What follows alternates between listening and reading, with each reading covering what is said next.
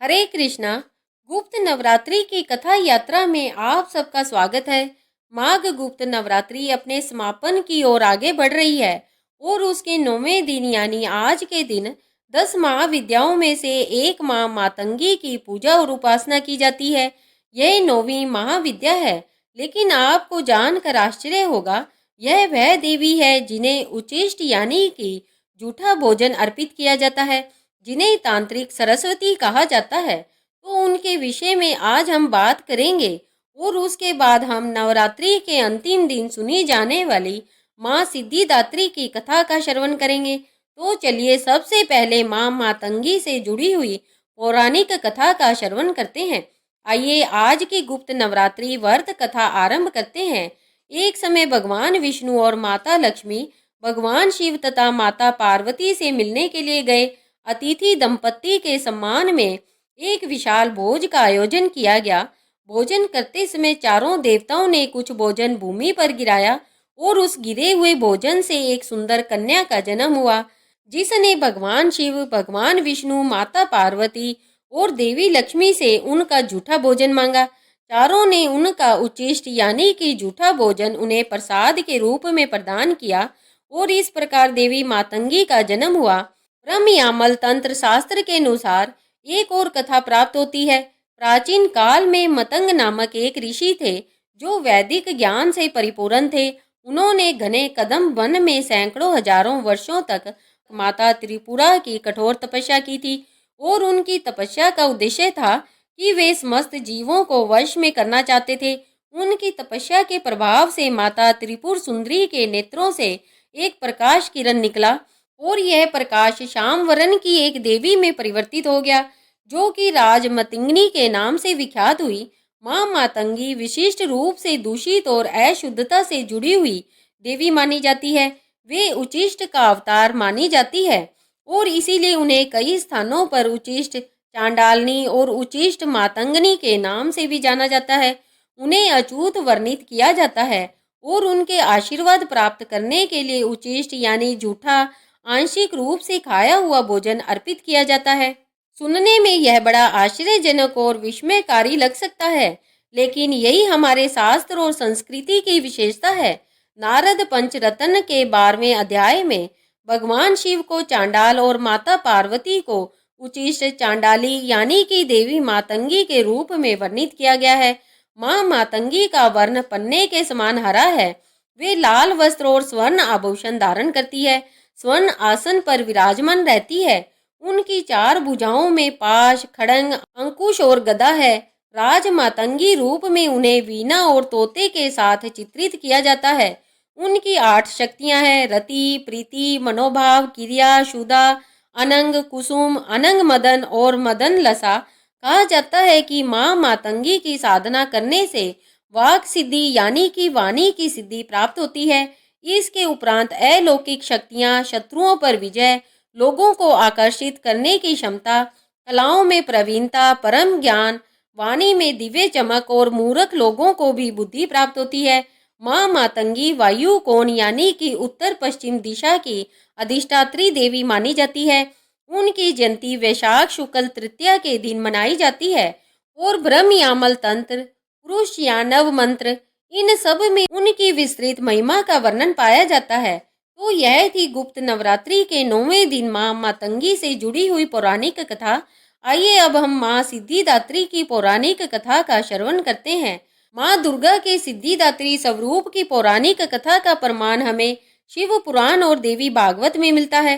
देवी पुराण अनुसार भगवान शिव ने माँ सिद्धिदात्री की कृपा से ही सिद्धियों को प्राप्त किया था और देवी की कृपा से भगवान शिव का आधा शरीर देवी का हुआ था और इसीलिए वे अर्धनारीश्वर भी कहलाए थे। जब माता कुष्मांडा के रूप में माँ दुर्गा ने इस ब्रह्मांड की रचना की तो उन्होंने अपनी सभी सिद्धियां यानी 8 प्रमुख सिद्धियां और 10 गौण सिद्धियां त्रिदेव ब्रह्मा, विष्णु और महेश को प्रदान की। ब्रह्मा जी और भगवान श्री हरि विष्णु को प्रमुख 8 महासिद्धियां दी, जिसे अष्ट सिद्धि कहा जाता है, और महादेव को 8 महासिद्धि और 10 गौण सिद्धियां यानी 18 सिद्धियां प्रदान की थी। इस प्रकार त्रिदेव को सभी सिद्धियां प्रदान करने के कारण माँ दुर्गा को सिद्धिदात्री देवी कहा जाता है और नवरात्रि के 9वें दिन उनकी पूजा की जाती है। आइए अब देखते हैं कि माँ सिद्धिदात्री की पूजा आराधना कैसे करें। तो शारदीय नवरात्रि के 9वें दिवस यानी अंतिम दिन पर ब्रह्म मुहूर्त में उठकर स्नान इत्यादि से स्वच्छ होकर स्वच्छ वस्त्र धारण करें। गंगा जल या गौमूत्र से घर को शुद्ध करें। अब कलश पूजन करें। देवी सिद्धिदात्री का ध्यान करें। माँ का सिंदूर, अक्षत, रोली, श्वेत पुष्प इत्यादि से पूजन करें। उसके बाद सफेद रंग के वस्त्र अर्पित करें। अब माँ के समक्ष धूप प्रज्वलित करें। उन्हें मिष्टान, पंचमेवा, फल अर्पित करें। माता सिद्धिदात्री को प्रसाद, नवरस युक्त भोजन, 9 प्रकार के पुष्प और 9 प्रकार के फल अर्पित करने चाहिए। फिर माँ सिद्धिदात्री की आरती और स्तुति करें। इस दिन माँ सिद्धिदात्री को मौसमी फल, चना, पूरी, खीर, नारियल, हलवे इत्यादि का भोग अर्पित किया जा सकता है। कहते हैं कि माँ को इन चीजों का भोग लगाने से वे प्रसन्न होती है। इस दिन माता सिद्धिदात्री का अधिक से अधिक ध्यान करना चाहिए और ओम देवी सिद्धिदात्रे नमः इस मंत्र के द्वारा माँ सिद्धिदात्री का जप करना चाहिए। अब कई भक्त नवमी के दिन भी कन्या पूजन करते हैं। तो अगर आपके घर में भी नवमी के दिन कन्या पूजन किया जाता है तो इस दिन आप देवी दुर्गा के स्वरूप कन्या पूजन कर सकते हैं। कन्या पूजन के विस्तृत विधि, उसके पीछे का वैज्ञानिक कारण, पौराणिक कथा और इसमें कौन कौन से कन्याओं को पूजन करना चाहिए, इसके ऊपर हमने एक विस्तृत वीडियो बनाया है, वह भी आप देख सकते हैं। उसका लिंक नीचे डिस्क्रिप्शन बॉक्स में दिया गया है। नवमी के इस दिन यज्ञ और हवन का भी विशेष महत्व है, इसलिए अगर संभव हो तो आप अपने घर में या आसपास में सभी मिलकर छोटा सा हवन कर सकते हैं। आप अपने घर में किसी सुयोग्य ब्राह्मण को आमंत्रित कर कर भी यज्ञ हवन करवा सकते हैं। इसमें सभी देवी देवताओं के नाम की आहुति दी जाती है। हवन के समय दुर्गा सप्तशती के सभी श्लोकों के साथ माँ दुर्गा के नाम से आहुति दी जाती है। इसके साथ ही देवी के बीज मंत्र ओम रीम क्लीम चामुंडाय विच्चे नमः का 108 बार जप कर कर आहुति देते हैं और फिर आरती करते हैं। हवन के भस्म को भी आप अपने मस्तक पर लगा सकते हैं, क्योंकि वह शुद्धि का प्रतीक है, जिससे हमारे मन के अंदर छुपे हुए दुर्गुण रूपी दानव का नाश होता है और हमारे मन की शुद्धि होती है।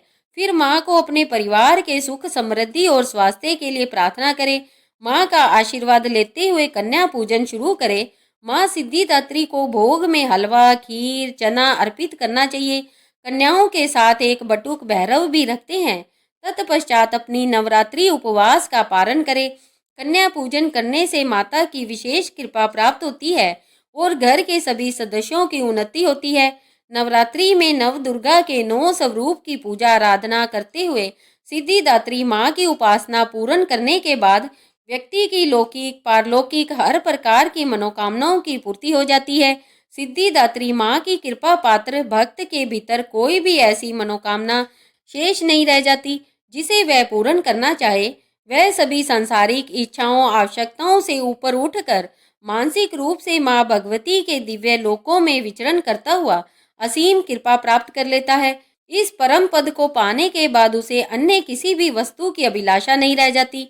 माँ दुर्गा के 9 स्वरूप जिनकी नवरात्रि के 9 दिनों में पूजा आराधना की जाती है, वही माँ भगवती सर्व प्रकार का मंगल प्रदान करने वाली मंगल स्वरूपा और मंगलमय है। सबका कल्याण करने वाली शिवा यानी शिव की शक्ति है।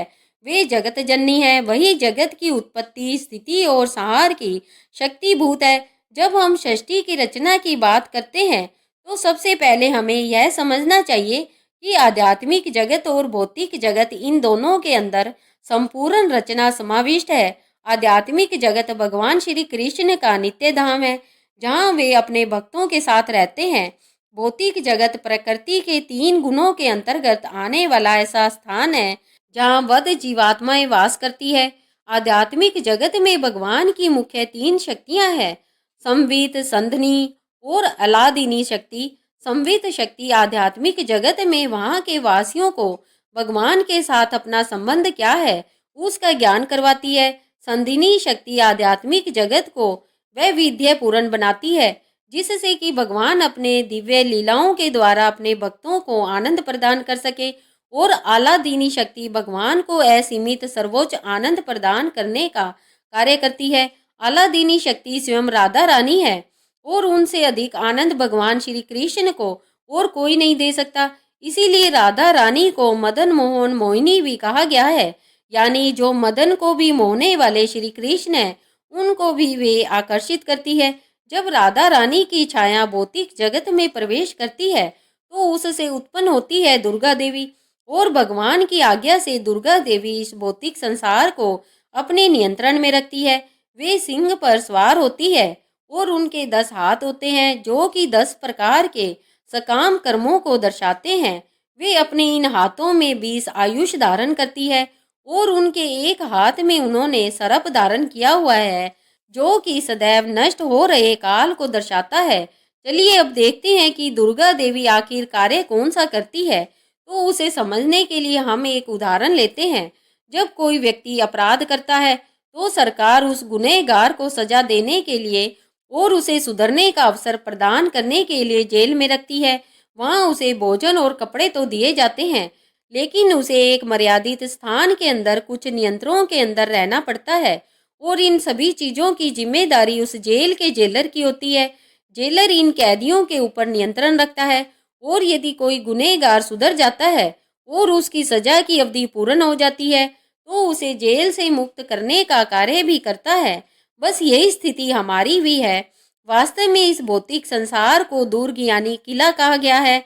भगवान के साथ अपने वास्तविक संबंध को भूलकर हम इस भौतिक संसार रूपी जेल में आ गिरे हैं, जहां हमें अपनी जरूरतों को पूर्ण करने के लिए प्राथमिक सुविधाएं तो मिल रही है, लेकिन सभी जीवात्माएं भौतिक प्रकृति के 3 गुण रूपी बेड़ियों में बंधी हुई है और इस भौतिक जगत रूपी दुर्ग की अध्यक्षा या जेलर है दुर्गा देवी, जो कि अपने त्रिशूल के माध्यम से इन बद्ध जीवात्माओं को नियंत्रित करती है। दुर्गा देवी का त्रिशूल 3 प्रकार के भौतिक कष्टों को दर्शाता है, यानी आदि दैविक, आदि भौतिक और आदि आत्मिक। इस त्रिशूल के माध्यम से हमें कष्ट पहुंचाकर दुर्गा देवी यह समझाना चाहती है कि यह भौतिक संसार हमारा वास्तविक घर नहीं है। इसलिए हमें भगवान की शरण में जाकर अपने वास्तविक घर भगवत धाम वापस जाना चाहिए। लेकिन कुछ जीवात्माएं ऐसी भी होती है जो इस भौतिक संसार में इतने कष्ट भोगने के बाद भी इंद्रिय सुख भोगना चाहती है और अपनी स्वतंत्र इच्छा का दुरुपयोग करना चाहती है। ऐसे जीवों के लिए दुर्गा देवी ऐसे अवसर उत्पन्न करती है जिससे वे सदैव उस भौतिक संसार में ही रह सके और जन्म मृत्यु जरा व्याधि का चक्र घूमता रहे। कभी कभी कुछ लोग भौतिक वरदान प्राप्त करने के लिए भी दुर्गा देवी की उपासना करते हैं। उनकी आराधना से प्रसन्न होकर देवी उन्हें भौतिक सुख, समृद्धि और संपत्ति तो प्रदान कर देती है, लेकिन दुर्गा देवी की ऐसी कृपा को वास्तव में हमें कपट कृपा समझना चाहिए, क्योंकि इस प्रकार के क्षणिक सुख से हम अपने जीवन की वास्तविक आध्यात्मिक अवस्था को भूल जाते हैं। इसलिए दुर्गा अष्टमी या नवरात्रि के समय पर दुर्गा देवी की आराधना करते हुए हमें उनसे यही प्रार्थना करनी चाहिए कि वे हमें भगवान श्री कृष्ण की शुद्ध भक्ति और सेवा प्रदान करें, जिससे कि हम इस भौतिक संसार रूपी दुर्ग से मुक्त हो सकें और अपने वास्तविक घर वापस लौट सकें। तो आज नवरात्रि के अंतिम दिन हम देवी दुर्गा से आप सभी के लिए यही प्रार्थना करते हैं कि वे आपको हर प्रकार के भौतिक सुख, समृद्धि और शांति प्रदान करें तथा हर प्रकार के कष्ट और संकट दूर करे और इसके साथ ही परम भगवान श्री कृष्ण की शुद्ध भक्ति और सेवा करने की आध्यात्मिक शक्ति भी प्रदान करे, जिससे आप अपने जीवन के वास्तविक लक्ष्य को प्राप्त कर सके। तो चलिए आज की नवरात्रि कथा की समाप्ति करते हुए परम आदि शक्ति महाजगदम्बा को शतकोटि प्रणाम करते हैं और उनसे परम आध्यात्मिक शक्ति रूपी आशीर्वाद की कामना करते हैं। हरे कृष्णा हरे कृष्णा हरे कृष्णा।